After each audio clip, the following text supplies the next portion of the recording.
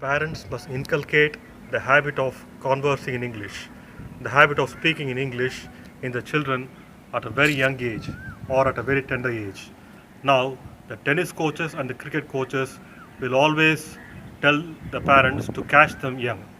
To catch them young. That is, if you do not teach your child the rudiments or the fundamentals of the English language at a tender age, later on when he grows up, it will be very difficult for him to acquire a sound mastery and good communication skills in the English language. Encourage the child to speak in English with their parents, with their friends, and their relatives. Even if the child makes mistakes, even if the child makes blunders grammatically, don't criticize, don't be harsh on the child, don't discourage the child or punish the child. Now, why I am telling you this is English language is not our mother tongue. The English language is not our mother tongue, and we cannot speak like the native English speakers. Therefore, it is only natural and it is only to be expected that they make mistakes. So, you encourage your child, and even if they make mistakes also, don't be harsh on them or discourage them or punish them. Encourage the children to talk in English with their teachers and with their fellow students. Let them ask the questions and clarify the doubts on their subjects in the English language with their teachers. Introduce your child to good magazines like the Kids Punnagai, the Genius Punnagai, and the Wisdom, etc. Keenly encourage the child to observe the style that is employed, the grammar and the vocabulary. Encourage the child to incorporate what the child has learned into its own speech so that its speech will dramatically and significantly improve. Now, I would also encourage you to read a good grammar book. Get a good grammar book and master the rules of good grammar and sentence making patterns by studying it. For this purpose, I am going to recommend to you one book. It is called High School Grammar and Composition by Renan Martin. Now, this is a very good book, and this book can be used even at the graduate level. Now, I recommend to you that you buy the key also for this book, so that when you are doing those exercises, if you don't understand the meaning or if you don't know the answer to a particular question, you can refer to the key and find out the answer and be benefited therein. Now, dear listener, I would also encourage you that you speak in English with your friends, with your relatives, with your spouse or your parents. Even if you make mistakes grammatically or even if you make blunders grammatically, do not be discouraged. Do not give up hope, because this is not our mother tongue. You will definitely make mistakes. Even if your friends criticize you, mock you, deride you, or poke fun at you also, don't take it to heart. Now, why I am telling you this is, when I was in my 6th standard, my fellow students used to poke fun at me. My uncle criticized me and made fun of me, but by the grace of God, I was able to correspond with the same uncle in the English language the next year. Now, I would also recommend to you that you listen to the cricket commentary, news forecast, weather bulletins, watch good documentary films on the English language, especially in the radio and on the TV and on the BBC TV. Keenly observe the grammar, the punctuation, the style that is employed, the phonetics, the syntax, the accent, and the inflection and the voice modulation. Now, after you have done all this, incorporate them.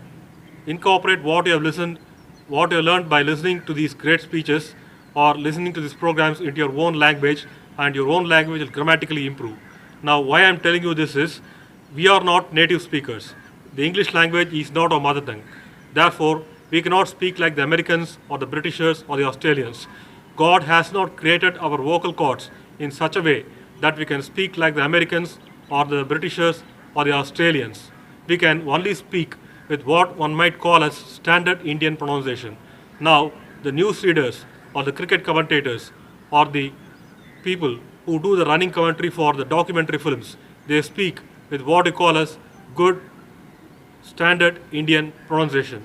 So, when they teach you in the call centers to speak like the Britishers or the Americans, it is totally absurd and totally ridiculous and weird. So, we can only speak with standard Indian pronunciation. That is the rule rather than the exception. Now, I would also recommend to you that you read good newspapers like The Hindu, I would like to categorically state here that in terms of presentation, in terms of coverage, in terms of design, in terms of layout, the Hindu newspaper stands head and shoulders above all the newspapers in India. Now, I am not trying to imply the Indian Express or the DT or the Deccan Chronicle or bad newspapers. No, they are also good newspapers. But if you take into consideration all these factors like designing, layout, presentation, and coverage of the articles and the vocabulary that is employed, the Hindu newspaper takes the cake. Now, I would also recommend to you that you read good magazines like the Frontline.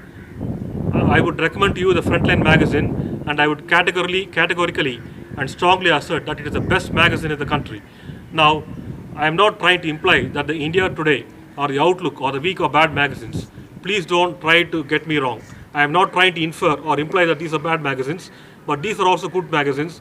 But in terms of number of articles, in terms of affordability with regard to price, in terms of coverage, in terms of design, in terms of layout, the Frontline magazine really is the best magazine in the country. It tops all the other magazines and it really takes the cake when it comes to these aspects. Now, I would really say that you'll get your money's worth if you buy the Frontline magazine, because the coverage is comprehensive and exhaustive, and the number of articles is also greater when compared to any other magazine. Now, I would also recommend to you that you buy a good dictionary and learn to make good use of the same. For this purpose, I am recommending to you the Oxford Advanced Learners Dictionary, and that too the Indian edition, because it is reasonably priced. Now, the Oxford publications are really the best. The British English is definitely the purest form of English. So, I would recommend to you this dictionary. There are also other dictionaries like the Chambers 20th Century Dictionary, the Webster's Dictionary, the Random House Dictionary, the Cambridge University Dictionary. Then you got this Encarta Dictionary, then the Macmillan's Dictionary, the Blackie's Dictionary. All these are very good dictionaries. Now, what do you do is, if you're going through the newspaper or the magazine, and if you come across any complex word or any complex expression, what you do is you go to the dictionary. The dictionary will teach you what is the meaning of the word or what is the meaning of the complex expression, and it will also teach you how to use it in a context. So that's how you can master the language. So you go to the dictionary, you find out the meaning of the word or the expression, and the next time when you're conversing with your friends or your relatives or your parents, you try to use that word or use the expression which you have learnt by reading those magazines. Now, I would also recommend to you that you read good books on vocabulary improvement. Your vocabulary will greatly improve.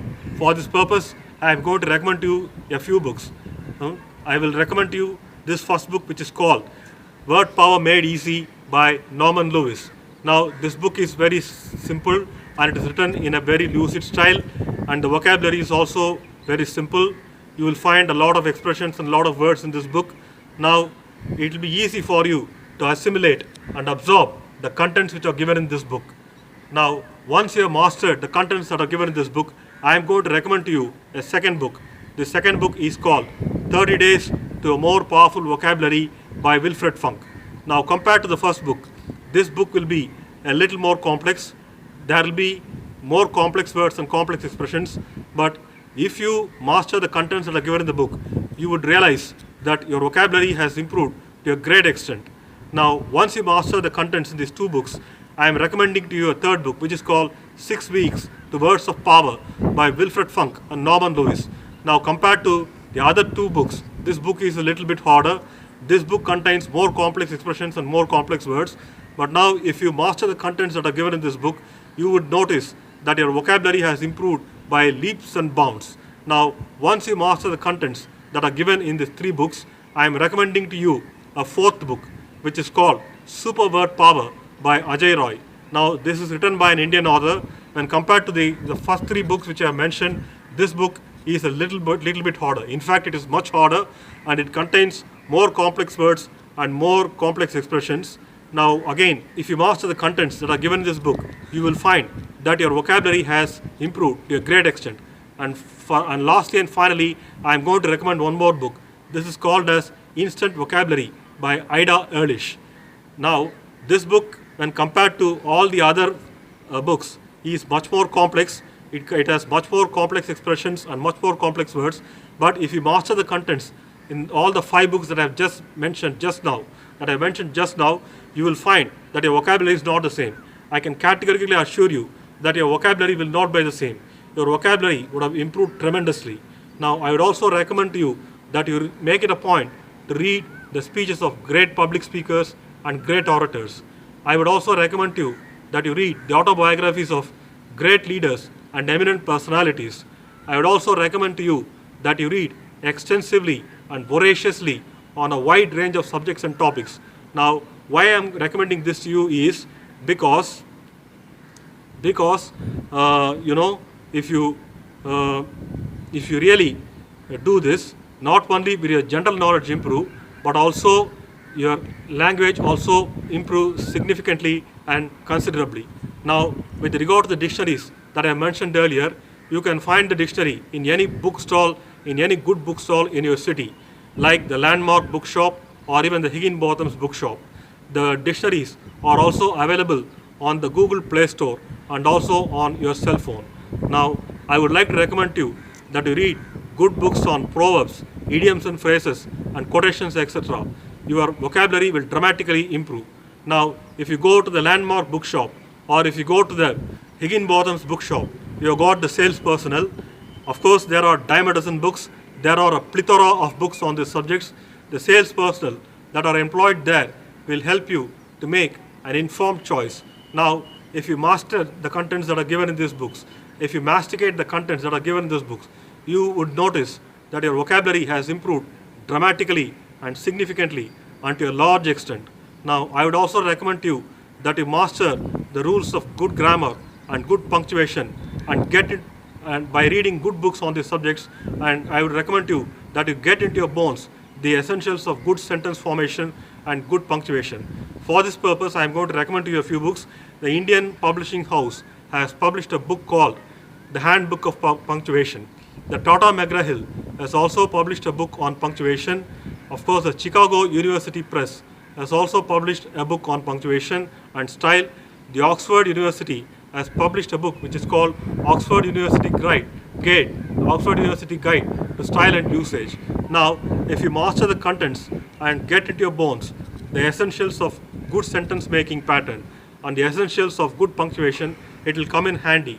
Now, later on, when you find a job in an editorial house, or if you find a job as an editor or as a proofreader or as a writer, you will find that the knowledge that you have gained by reading these books will be very useful to you.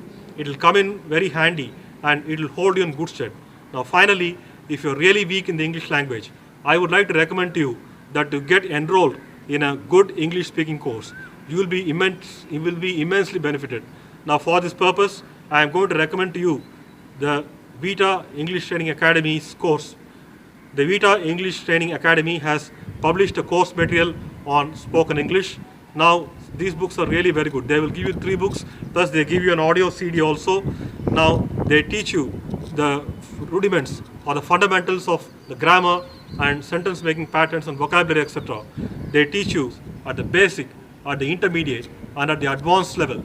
The course material is really exhaustive and really comprehensive. It is expository and analytical, and it really seeks to explain the intricacies and the complexities of the subject by delving deep into the field covered by the discipline. Now, the course material or the course is for a duration of 40 days or 60 days.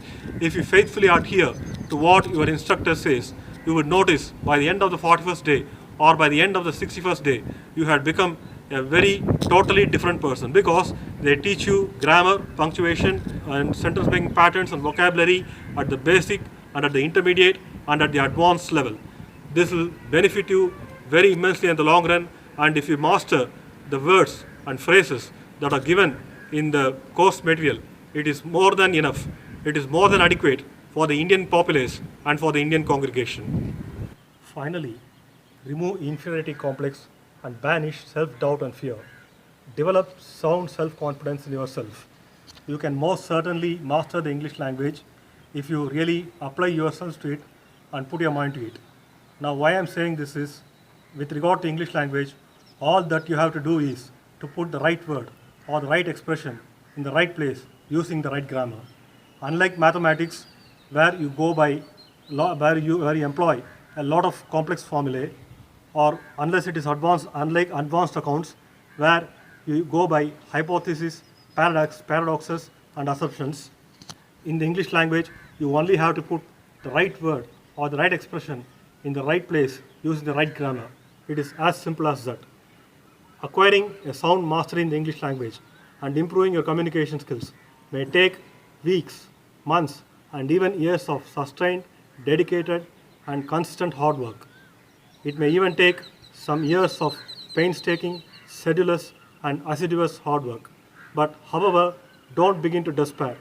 Don't be discouraged, and don't lose out if you find that you are making no progress and if you are not improving at all. I again reiterate, this is not our mother tongue, and since this is not our mother tongue, improving our English language communication skills is not going to take place overnight. But however, I request you to persist and persevere. As the adage goes, practice makes the man perfect. Now, improving the English language can be compared to improving one's service in a game of tennis. Suppose a player says, any other stroke is weak, it can be rectified. But if a player says, my service is weak, the only remedy for a weak serve is to learn the fundamentals or the rudiments of the stroke and practice and practice and practice. So, the same analogy applies to the English language also. Even if you find that you're making no progress, please do not get discouraged. Don't begin to despair. Don't throw in the towel. Continue to persist and persevere, and one day you will break into the correct patterns of speech. The only way for you to improve in the English language, if you are weak in the English language, is to read and write and practice consistently. Persistence, perseverance, and hard work undoubtedly will crown you with success. You would do well to remember that Rome was not built in a day. Now, with this, I wish you all the best so that all of you, dear viewers, may improve your English language skills, develop sound mastery and excellent communication skills, and excellent proficiency in the English language, and scale dizzy heights or reach the top of your heap in your chosen field of activity, whether it's the business circle or the corporate circles or even the professional circles. Here is wishing you all the very best, deep down from the bottom of my heart. Thank you, God bless you all, and have a great day.